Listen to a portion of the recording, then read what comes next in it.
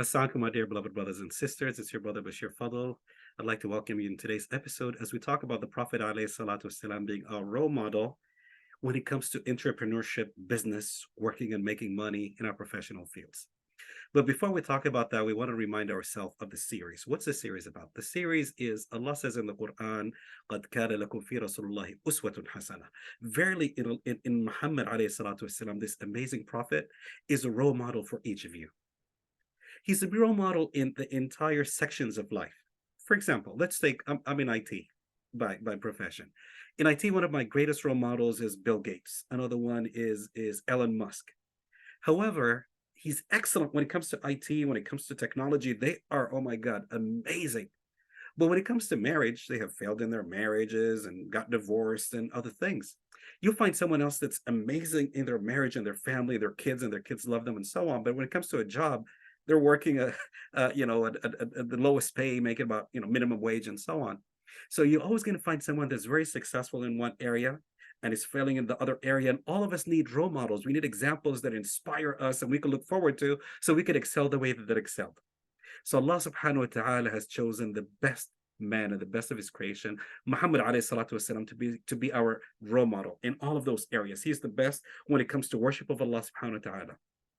He's the best when it comes to the mental and the psychological state that we should be in and our self-esteem. He's the best when it comes to physical and how we should exercise and have good, good bodies and strong and fit. He's the best when it comes to social, when it comes to the social things that we are involved in, starting with the family, with the wife, with the children, with the parents, with your neighbors, with other people. He's a role model. Everybody loved him. Everybody loved him. When it comes to financial, and that's what we're talking about today.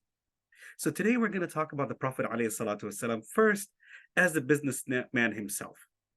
A lot of people don't realize that the Prophet ﷺ was not a businessman, but he was the best businessman. And I'll give you just one example. The Prophet ﷺ used to trade for his wife, Sayyidah Khadija, who was an entrepreneur, a multimillionaire in her own right. But here's the genius that he had. Every so often, the people of Mecca would migrate or travel to Asham, which is known today as Syria or Lebanon, that area, because they grew different kind of fruits and they had different kind of clothing and so on, and things that were well needed in Mecca. And you could make a lot of money if you were to import them from Mecca. I'm sorry, from Asham, from Syria, Lebanon to Mecca. So the businessmen of Mecca will all get their caravans and their camels and so on and travel for about a couple of months or so as they go to the journey to there to buy the stuff and then come back to Mecca and sell it. So he took the money that Sayyidah Khadija was investing, the Prophet ﷺ, in this part of the caravan, going with everybody else. However, halfway to Asham, halfway as they're going to the land of Syria, Lebanon, where all the business is, he overtook everybody else. He went much faster than anybody else. So he got there days and days earlier before everybody else. Everybody else is taking their time, traveling. Halfway through, the Prophet ﷺ just went full speed. Boom. Overtook everybody else and got there days earlier. And he bought, with all the money, all the things that he's supposed to buy. So he bought all the clothing and dresses and all the businesses that he's going to go back to Mecca and sell it. The people of Mecca need. So notice there's no season. There's nobody from Mecca. The hundreds or thousands of people coming from Mecca to buy have not arrived. So the prices are very, very low in Asham. So days later, the people of Asham, of Mecca, arrive in Asham. So now the price is pretty much double. So what does the Prophet ﷺ do? He sells it in Asham. He sells it to the people coming from Mecca for double the price. So he just doubled the investment that he came in with, because he knew how business works and the concept of demand and what's provided out there. So the moment the people from Mecca came in, now they're going to buy. He sold the things at that market and doubled the money. Now everybody from Mecca started to return from Asham. They're going back to Mecca again. So what does the Prophet ﷺ do? He stayed. He has double the money already. Now that everybody left, all the hundreds of businessmen and all the caravans have left, the prices went down to half price. So now he takes double the profit that he has, or double the money that he has, and he buys it for half the price that the people of Mecca bought it. So now he's buying about four times the quantity of what the people have already bought. So he has quadrupled the profits pretty much. And now he runs very fast, or with a caravan to catch up with the caravan halfway through, and he arrives in Mecca, and now the prices are up, and he sells it with a profit, and he pretty much, as everybody made double the money, he made 8 times the money. The Prophet ﷺ, and it's just his genius and perception and calculation and planning, all the concepts that we learn where we're getting MBAs and taking all those business and entrepreneurship courses. We can learn in just one business of the Prophet ﷺ on how to focus on timing and location and being the early out to market and the early out to buy and all those concepts that people are studying today to get 2-4 year degrees in it. We could learn it from just one trait of the Prophet ﷺ. So here's an example of Muhammad ﷺ. Now, not only that, but the Prophet ﷺ taught and encouraged the people around him to get into business. Not only did he do business, but he encouraged the society to be an entrepreneur society. For example, the Prophet ﷺ was in the masjid and a man was begging. So, I mean, when you get someone that's broke, that doesn't have money, can't pay their rent, can't pay their bills, asking, of course, you just can put your hand in your pocket and give him a couple of dollars. So everybody in the masjid started to give him. When he came to the Prophet ﷺ, he knows he's the most generous man. And the Prophet ﷺ did not give him money. He looked at the beggar and said, "What do you own?" He said, "Prophet of Allah, I'm broke. I don't own anything." When people go to Hajj, they wear pretty much like 2 clothes, a dress on top. And so he says, "I have this dress that I wear, and then there's another cloth or whatever that I pretty much lay down and sleep and wrap myself on when I sleep. That's my cover." The Prophet ﷺ says, "Go home and get that cover of yours."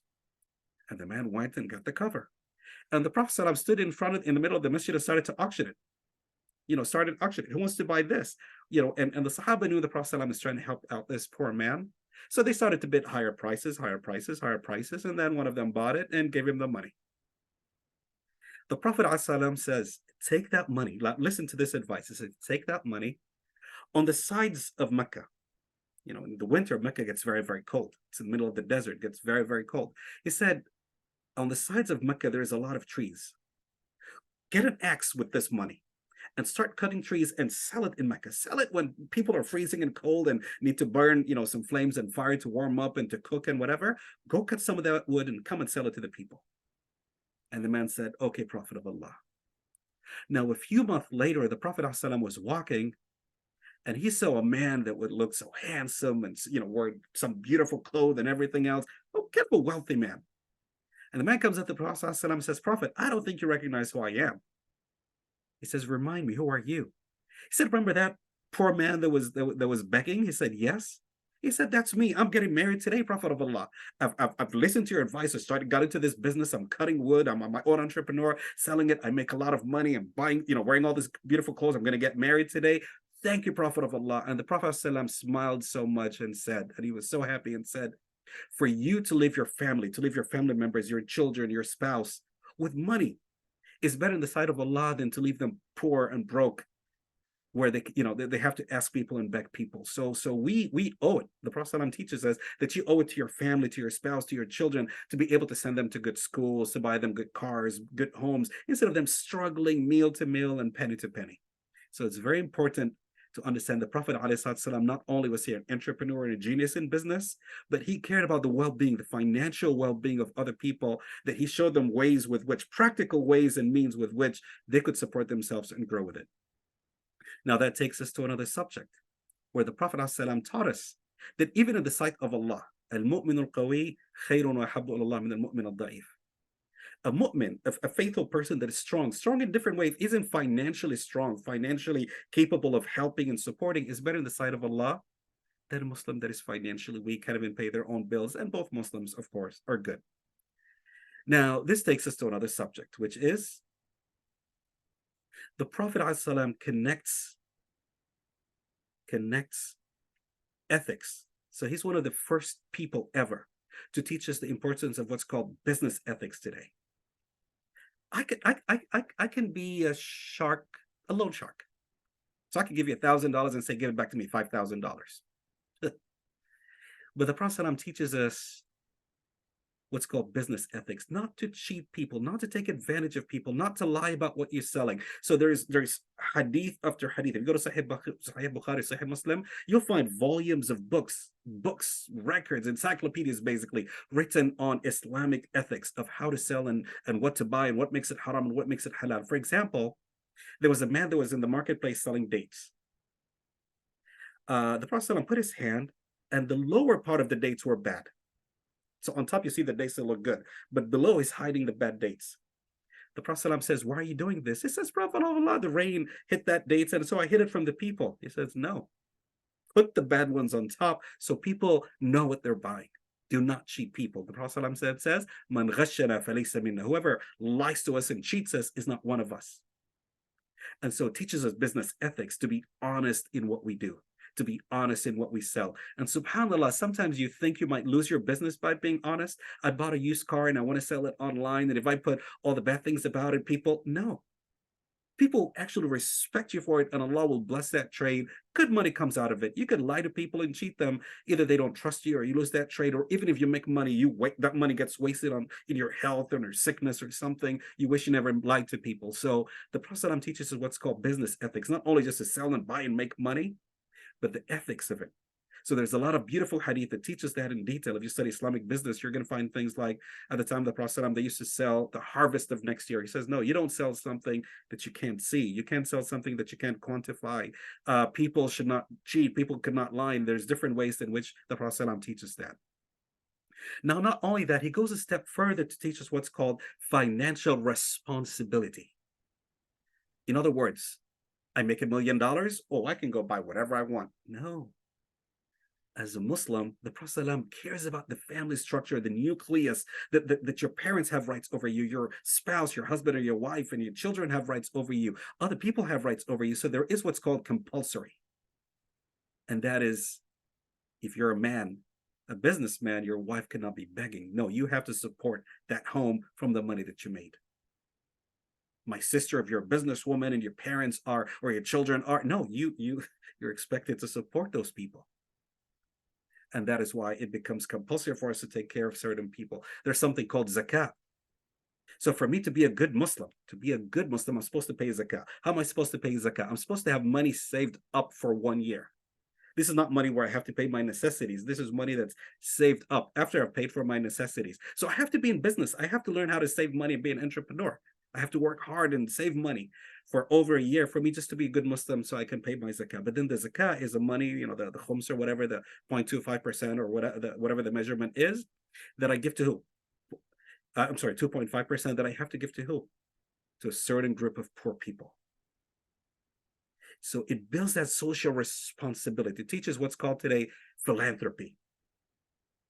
That you feel that I have a responsibility to help people and make people better and get make life better for other people. So the Prophet was not just a genius in teaching us how to be entrepreneurs and how to get into business and social responsibility and business ethics, but also to build other people and make them live a better life. And it becomes more fulfilling. It becomes more fulfilling when you're a philanthropist. If you read the autobiography of Warren Buffett, or even what he says, he talks about a stage before his wife passed away where he was stingy. His wife was the philanthropist and he never gave money, and life was not fulfilling for him. But shortly after her death, he recognized what philanthropy meant. And the more he gave, the happier he became as a person. And you as a Muslim, you should believe that way, as the Prophet ﷺ has taught us. But then it takes us to a next level, which is what's called sadaqah. Sadaqah is not what is compulsory, but what I want to give to support, and the reward for it that is so much. So the Prophet ﷺ teaches us that when you are to give a single penny, Allah subhanahu wa ta'ala does not write it down as a penny. He multiplies it down 700 times. If I put $1 as a charity that I give as a sadaqah, immediately the least Allah writes down is I gave $700. The reward is so much when you help, when you give sadaqah, when you give charity, when you're you work in philanthropy and helping and supporting concepts like this. So this, again, my brothers and sisters, is just an introduction to this amazing role model that we have, and how the Prophet ﷺ drew it himself. He drew it himself. And in conclusion, before I forget, whether you work as an employee to earn that money, or you have your own business, or you're a partner in a business, the Prophet ﷺ teaches us that this is one of the greatest things you can do as a Muslim. The Prophet ﷺ in one hadith says, "Man amsa kalan min amali yadih, amsa maghfuran lah." Whoever comes at the end of the day, you know how you work all day, whether in your business, in your store, as an employee to earn that money, and you come back tired at the end of the day, you're, oh my God, I'm done. He says, whoever comes amsa kalan mud'aban murhaqan, whoever comes at the end of the day so tired, rest assured, because you're working and earning money, rest assured that all of your sins have been wiped out. Man amsa kalan min amali yadih, amsa maghfuran lah. Whoever comes at the end of the day tired because of his hard work, because of her hard work, then all of their sins are wiped out. We ask Allah subhanahu wa ta'ala to make us love this amazing man, Muhammad alayhi salatu wasalam, a role model who has taught us how to get into business and how to be creative in our business and all the different concepts and philanthropy and helping and supporting. I mean, hope to see you in the next continuation, inshallah. Assalamu alaikum.